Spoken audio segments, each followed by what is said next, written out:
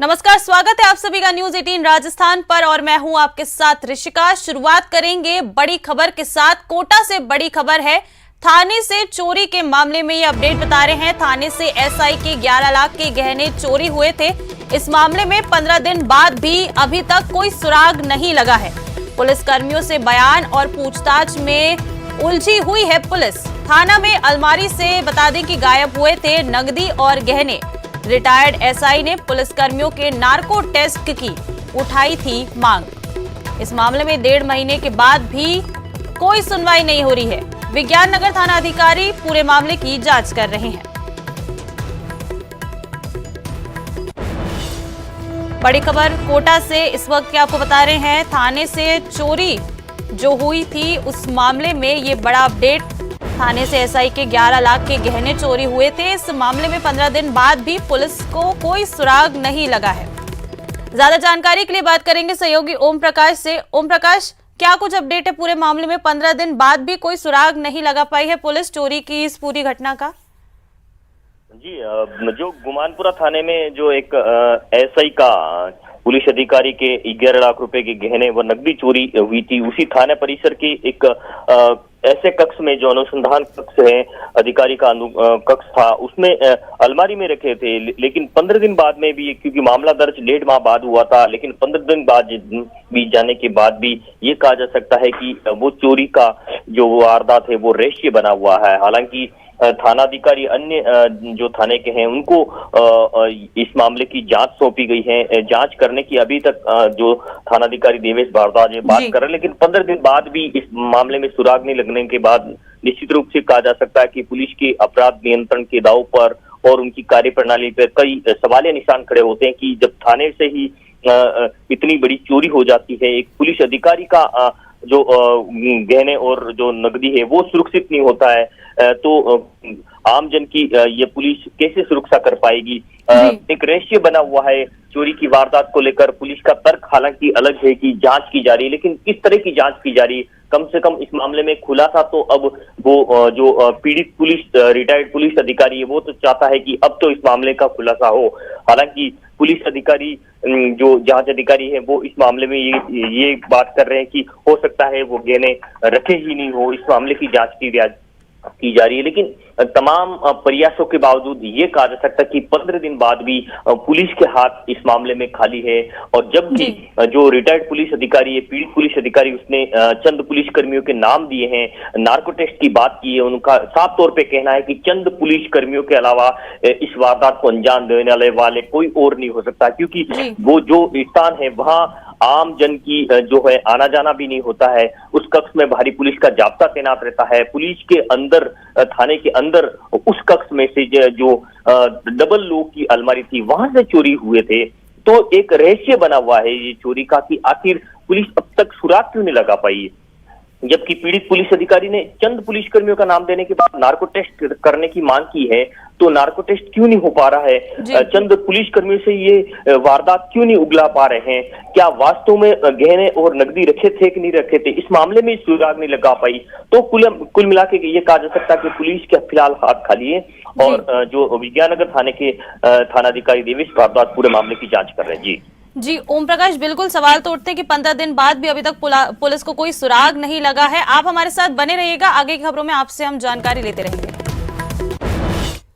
चलिए बढ़ते हैं आगे। और कोटा में 200 करोड़ की महाठगी मामले में ये बड़ा अपडेट आपको बता दें। मामले में 3 आरोपियों की गिरफ्तारी होगी।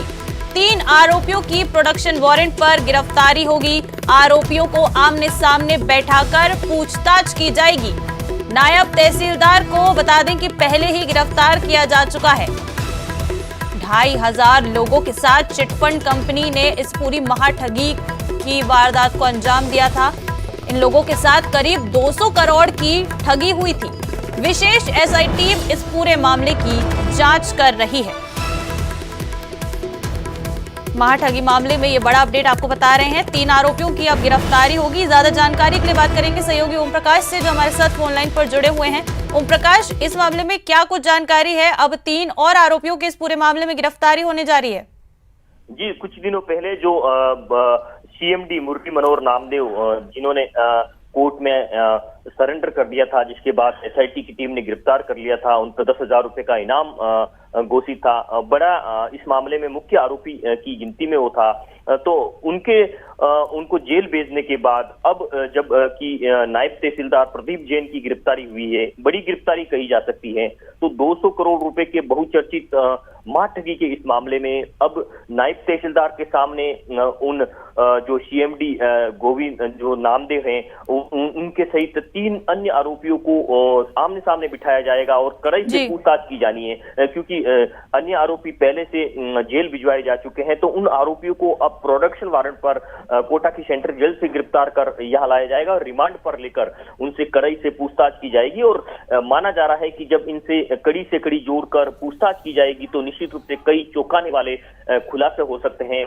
एसआईटी की टीम के सामने भी एक बहुत बड़ी चुनौती है, क्योंकि 200 करोड़ रुपए की महाठगी की इस वारदात को अंजाम देने के मामले में उन अपराधियों से, आरोपियों से जो वसूली की जानी है, उनकी राशि बरामद करना एक पुलिस के लिए, एसआईटी की टीम के लिए बड़ी चुनौती है, क्योंकि 2,500 से अधिक लोगों को इन्होंने चूना लगाया और लाखों रुपए एक एक व्यक्ति से लेकर इन्होंने करीब 200 करोड़ रुपए की महाठगी की वारदात को अंजाम दिया। ये महाठगी की वारदात प्रदेश के सबसे बड़ी महाठगी की सूची में शामिल है।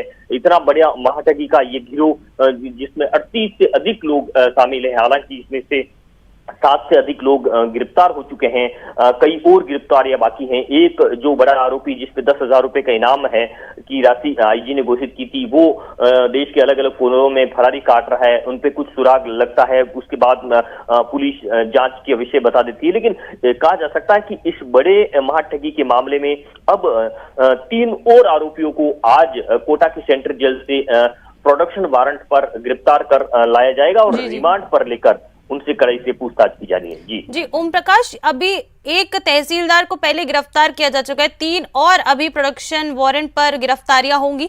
इनके अलावा और कितने लोग एक अंदाजा लगाया जा सकता है कि इस पूरी महाठगी के मामले में शामिल थे? करीब 3 दर्जन से अधिक 38 लोगों के नाम अभी आ रहे हैं, जिनमें से सीए भी हैं जो नायब तहसीलदार। ये कहा जा सकता है कि इस महाठगी के मामले में प्रत्येक विभाग से कई सरकारी अधिकारी कर्मचारी शामिल है, प्रत्येक विभाग से छोटे बड़े कर्मचारी हैं, बड़े बड़े नाम हैं, बड़े चेहरे हैं, क्योंकि नायब तहसीलदार जैसे पद पर रहने वाले लोग हैं, तो कई बड़े व्यवसायी इसमें शामिल हैं।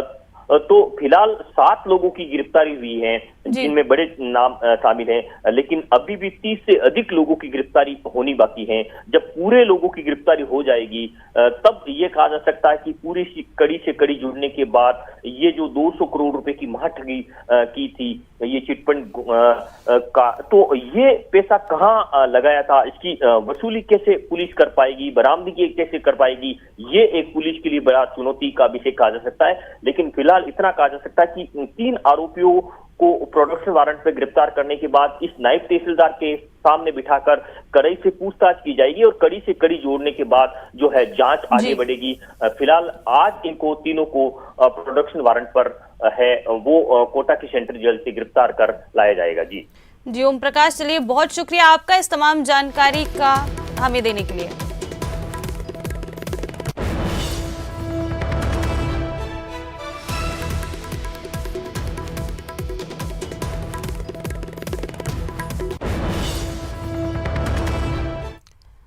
और अब बात बेईमानों के खिलाफ शहर शहर एसीबी के एक्शन की, जिनके चंगुल में फंसे कई बेईमान हैं। स्क्रीन पर आपको अब हम कुछ तस्वीरें दिखाने वाले हैं। ये 3 तस्वीरें हैं जिन्हें आप देख सकते हैं। पहली तस्वीर भरतपुर की है, जहां अतिरिक्त जिला शिक्षा अधिकारी और बाबू को रंगे हाथों 16,000 रुपए की रिश्वत लेते एसीबी ने गिरफ्तार किया। दूसरी तस्वीर जोधपुर की, जहां भोपालगढ़ थाने में एसीबी ने एक एएसआई को 10,000 की रिश्वत लेते पकड़ा। और तीसरी तस्वीर अलवर से है, जहां 11,000 की रिश्वत लेते बिजली निगम का हेल्पर एसीबी के हत्थे चढ़ा। तीनों से एसीबी की टीम पूछताछ कर रही है।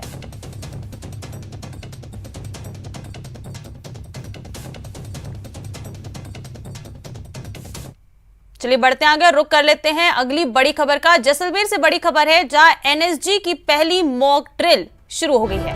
मॉक ड्रिल के दौरान दिखा होटल में अजीब नजारा। होटल में कुछ आतंकवादी घुसे, फिर गूंज उठे धमाके। मॉक ड्रिल से लोगों में हड़कंप मच गया। एनएसजी के जाबाज होटल में पहुंचे और आतंकवादियों को पकड़ा। एनएसजी के जवान चार्टर से जैसलमेर पहुंचे। हमले को लेकर एनएसजी जवानों की ब्रीफिंग भी ली गई।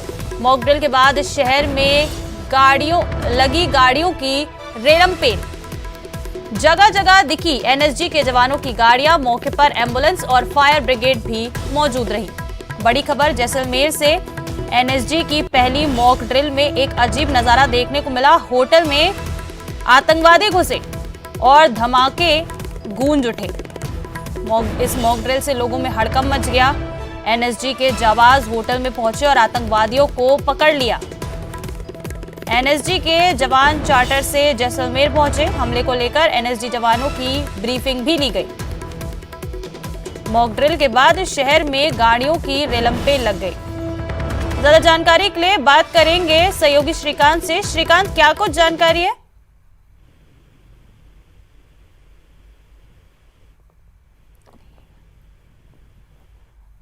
हमारे सहयोगी श्रीकांत से हमारा संपर्क नहीं हो पाया है। ये बड़ी खबर जैसलमेर से आपको बताई हमने, जहां एनएसजी की पहली मॉक ड्रिल के दौरान होटल में एक अजीब नजारा देखने को मिला।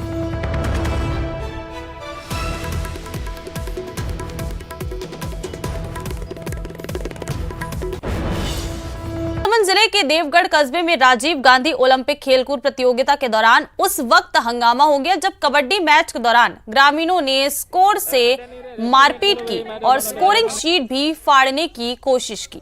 इस पर दो गांवों के ग्रामीण आमने सामने हो गए। सूचना पर पहुंची देवगढ़ थाना पुलिस ने एक महिला और एक पुरुष को हिरासत में लिया है।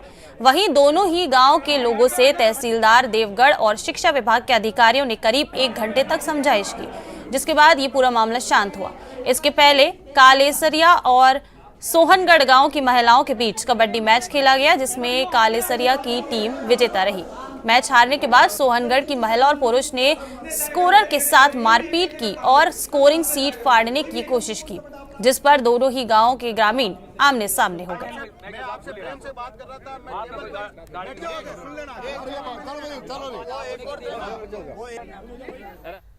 और झुंझुनू के रघुनाथपुरा गांव में भी राजीव गांधी ग्रामीण ओलंपिक खेल आयोजित किए जा रहे हैं। आज यहां हुए महिला कबड्डी मैच को लेकर हंगामा हो गया।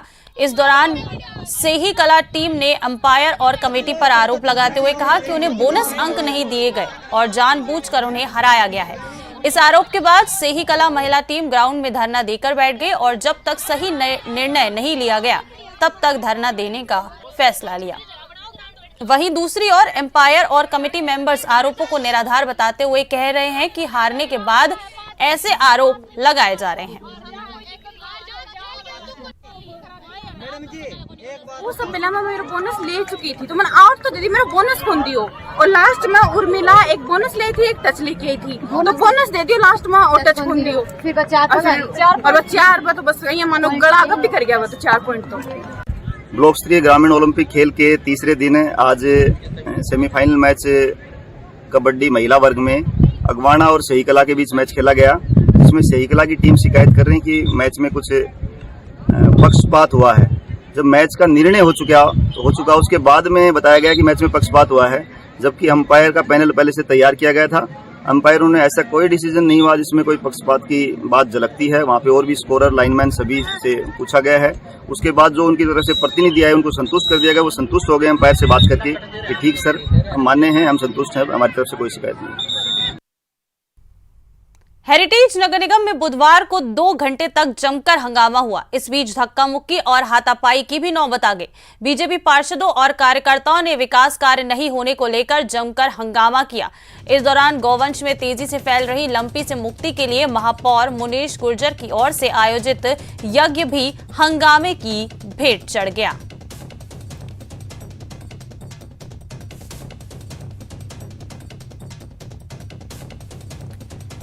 जयपुर जिले में आयोजित होने वाली सेना भर्ती रैली की तैयारियों को लेकर कलेक्ट्रेट में बैठक आयोजित की गई। बैठक में कलेक्टर प्रकाश राज पुरोहित ने कहा कि सेना भर्ती रैली के सफल आयोजन के लिए जिन विभागों को जिम्मेदारियां दी गई हैं, वो आपसी तालमेल के साथ निर्धारित अवधि में कार्य पूर्ण किया जाना सुनिश्चित करें।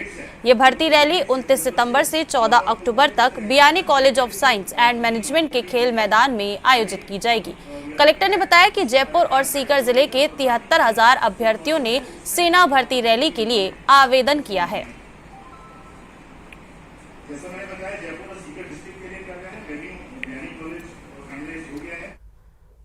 जरूरी नहीं कि हर खाकी पहनने वाला पुलिस वाला ही हो सकता है कि उसके तन पर वर्दी और मन में लूट की नीयत हो।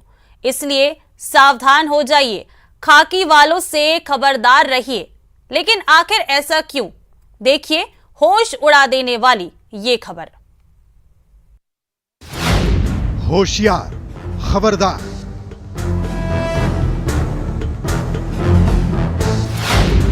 इनके तन पर खाकी देखकर धोखा मत खाइए।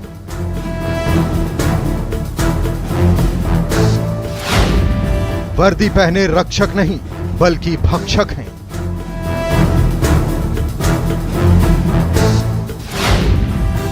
ये वर्दी पहने दोपहर में ही घूमते हैं।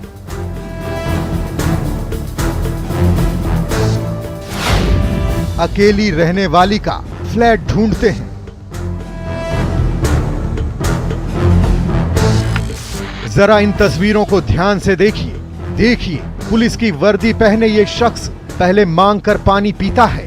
एक ग्लास से इसकी प्यास नहीं बुझती है तो पानी दोबारा मांगता है। शायद मुफीद मौके की तलाश कर रहा है और फिर मिल जाता है उसको मौका। महिला को ग्लास पकड़ाने के बहाने वो जबरदस्ती घर में घुस जाता है। वो अकेला नहीं है, उसके 3 साथी भी हैं। वो भी घर में घुस आते हैं। वो तो दाद दीजिए महिला की दिलेरी की, जिसने वर्दी में आए इन लुटेरों का मंसूबे पर पानी फेर दिया और आखिरकार ये लुटेरे दुम दबाकर भाग खड़े हुए। घटना राजधानी जयपुर की है, जहां दोपहर में घर में अकेली महिला को निशाना बनाने के लिए लुटेरे अब खाकी का इस्तेमाल कर रहे हैं। करधनी इलाके में भी मंगलवार की दोपहर ऐसा ही एक वाकया हुआ, जब वर्दी पहने एक लुटेरा एक अपार्टमेंट में पहुंचा। लुटेरे ने डोरबेल बजाई। ब्रिजेश कंवर नाम की महिला फ्लैट में अकेली थी। ऐसे में उन्होंने बंद दरवाजे से ही इस वर्दी वाले के आने का कारण पूछा। वर्दी वाले ने उसे बातों में फंसाया। पहले उनके पति का मोबाइल नंबर लिया और फिर पीने के लिए पानी मांगा और यहीं हो गई ब्रिजेश कंवर से चूक। बेचारी ने जिसे पानी का प्यासा समझा था, उसकी नियत में तो लूट थी। 2 ग्लास पानी पीने के बाद बदमाश दरवाजे पर खड़ी महिला को जबरदस्ती धक्का देते हुए अंदर घुस गया। ब्रिजेश अभी उसे रोक पाती, उससे पहले ही इंतजार कर रहे 3 लुटेरे और आधम के और सबके सब अंदर घुस आए। लेकिन दाद देनी होगी ब्रिजेश की साहस की। वे लुटेरे से जूझती रही और शोर मचाती रही। शोर सुनकर उनका पालतू कुत्ता भी भौंकने लगा और आसपास के लोग फ्लैट से बाहर निकल आए, जिसके बाद लुटेरों के मंसूबे नाकाम हो गए और चोरों ने भागने में ही भलाई समझी। यही था कि मेरी वीकनेस कुछ नहीं थी। मेरे बच्चे घर पे होते तो मैं कहीं ना कहीं कमज़ोर पड़ जाती। मेरा ध्यान पूरा मेरे मतलब बच्चों पे होता या मेरे और किसी चीज़ पे। मेरे माइंड में ये चीज़ थी कि अगर ये अंदर एंटर किया तो मरना हर हाल में है, इससे तो अच्छा मार के मरो ना। तो मैंने ये सोचा कि या तो ये रहेगा या मैं रहूँगी। गन दिखाने के बाद में मुझे 1% डर नहीं लगा, क्योंकि मेरे माइंड में मरने की तो थी ही नहीं। लूट की कोशिश सिर्फ करधनी इलाके में हुई हो ऐसा नहीं है।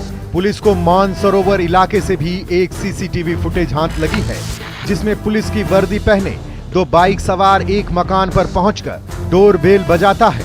हालांकि महिला दरवाजा नहीं खोलती है, जिसके बाद दोनों वहां से चले जाते हैं। इन दोनों घटनाओं से साबित हो गया है कि राजधानी में ऐसा गिरोह सक्रिय है जिसकी नजर पॉश कॉलोनी पर है और वो दिन के उजाले में वैसे घर और फ्लैट को निशाना बना रहे हैं जिस घर में दोपहर में अक्सर महिलाएं अकेले रह जाती हैं। फिलहाल दोनों घटनाएं इसलिए टल गई हैं कि महिलाओं ने हौसला नहीं खोया। एक ने जहां दिलेरी दिखाते हुए लुटेरों को खदेड़ डाला, वहीं दूसरी घटना में महिला ने दरवाजा नहीं खोलने की सूझबूझ दिखाई। तो आप भी हो जाइए सावधान, रहिए खबरदार। समझ जाइए, जैसे हर चमकती चीज सोना नहीं होता, वैसे ही हर खाकी वाला पुलिस वाला नहीं है। न्यूज़ 18 के लिए जयपुर से विष्णु शर्मा की रिपोर्ट।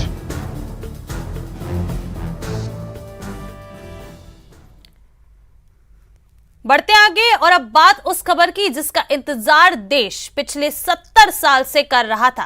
प्रधानमंत्री नरेंद्र मोदी अपने जन्मदिन के मौके पर देश को एक बड़ा तोहफा देने जा रहे हैं और ये तोहफा है चीतों का, जो भारत में विलुप्त घोषित कर दिया गया था। लेकिन देश के जंगलों में एक बार फिर से चीतों की रफ्तार दिखेगी। अफ्रीका देश नामीबिया से 8 चीते भारत लाए जा रहे हैं।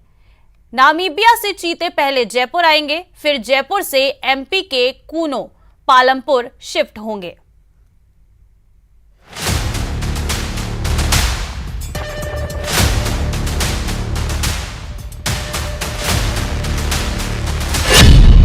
भारत की धरती पर फिर चीते की दहा।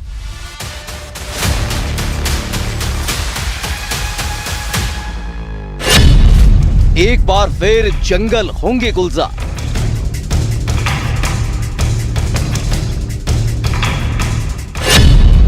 सत्तर साल बाद दिखेगी चीते की रफ्तार।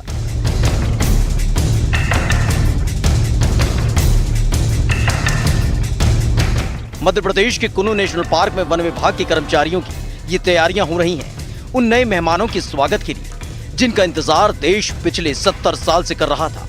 कुनू नेशनल पार्क के इन्हीं रास्तों से जब आप अगली बार गुजरेंगे तो आपको यहाँ चीतों की मौजूदगी का एहसास भी होगा और उनकी हलचल भी महसूस होगी, क्योंकि अफ्रीकी देश नामीबिया से 8 चीते कुनू नेशनल पार्क लाए जा रहे हैं। 17 सितंबर को सभी 8 चीते कार्गो विमान से जयपुर पहुंचेंगे और इसके बाद उन्हें हेलीकॉप्टर के जरिए मध्य प्रदेश के कुनू नेशनल पार्क लाया जाएगा। पहली बार अफ्रीका महाद्वीप से भारत के अंदर चीता लाया जा रहा है और ये खुशकिस्मती की बात है कि भारत के अंदर चीतों का पहला कदम जयपुर के अंदर पड़ेगा। जी हां, अफ्रीका से कार्गो विमान में चीतों को रवाना करने के बाद में सबसे पहले उन्हें जयपुर एयरपोर्ट पर उतारा जाएगा, जहां पर कार्गो विमान से चीतों को हेलीकॉप्टर के जरिए कूनो पालमपुर पहुंचाया जाएगा। 8 नए मेहमानों के स्वागत के लिए कुनू नेशनल पार्क में तैयारियां शुरू हो चुकी। दरअसल एक महाद्वीप अफ्रीका से दूसरे महाद्वीप एशिया में चीतों को बसाना एक बड़ी घटना है और यही वजह है कि खुद प्रधानमंत्री नरेंद्र मोदी कूनो नेशनल पार्क में अपने जन्मदिन पर चीतों को बाड़े में छोड़ेंगे और इसके साथ ही भारत एक साथ शेर, बाघ और चीते का घर बन जाएगा। 7 दशक का खत्म होगा इंतजार। भारत में 1952 के बाद से चीते नहीं देखे गए और इसे विलुप्त प्रजाति की श्रेणी में रखा गया था। तब से लेकर अब तक चीतों के पुनर्वास के लिए कई कदम उठाए गए, लेकिन चीतों का देश में पुनर्वास नहीं हो पाया। मुगल शासक चीतों को पालने के शौकीन हुआ करते थे। अकबर के वक्त 10,000 से ज्यादा चीते पाले हुए थे। वहीं 20वीं सदी में जानवरों का आयात होना शुरू हुआ। सन 1799 से 1948 के बीच करीब 230 चीते भारत में बचे। एक जमाना था जब भारत के जंगल भी चीतों का घर हुआ करते थे, लेकिन आखिरी बार चीता 70 साल पहले देखा गया। दरअसल बढ़ते शिकार और बदलते पर्यावरण ने चीते को खत्म कर दिया। नौबत ये आ गई कि साल 1952 में भारत की सरकार ने चीते को विलुप्त प्रजाति की श्रेणी में रख दिया। 1952 में इस पर सर्वे शुरू हुआ था, जिसमें पता चला कि देश से चीते पूरी तरह से गायब हो चुके हैं। जिसके बाद इंदिरा गांधी की सरकार के वक्त चीतों के पुनर्वास की कोशिश की गई। ईरान की सरकार से एशियाई चीते लाने पर बातचीत हुई। एशियाई शेरों के बदले ईरान से चीते लाने की बात हुई थी। लंबे वक्त तक समझौता अटका रहा और बाद में रद्द हो गया। इस समझौते के रद्द होने के बाद कई कोशिशें और की गई जो परवान नहीं चढ़ सकी, जिसके बाद अब नामीबिया से 8 चीतों को लाने का समझौता हुआ है। 8 चीतों को मध्य प्रदेश के श्योपुर के कूनो नेशनल पार्क में छोड़ा जाएगा। अब सबको इंतजार है उस घड़ी का जब देश के जंगलों में एक बार फिर से चीतों की दहाड़ और उनकी रफ्तार दिखाई देगी। चीते अब किताबों के पन्नों तक सीमित नहीं रहेंगे, क्योंकि 74 साल के बाद देश में चीतों की रफ्तार का सपना पूरा होने जा रहा है।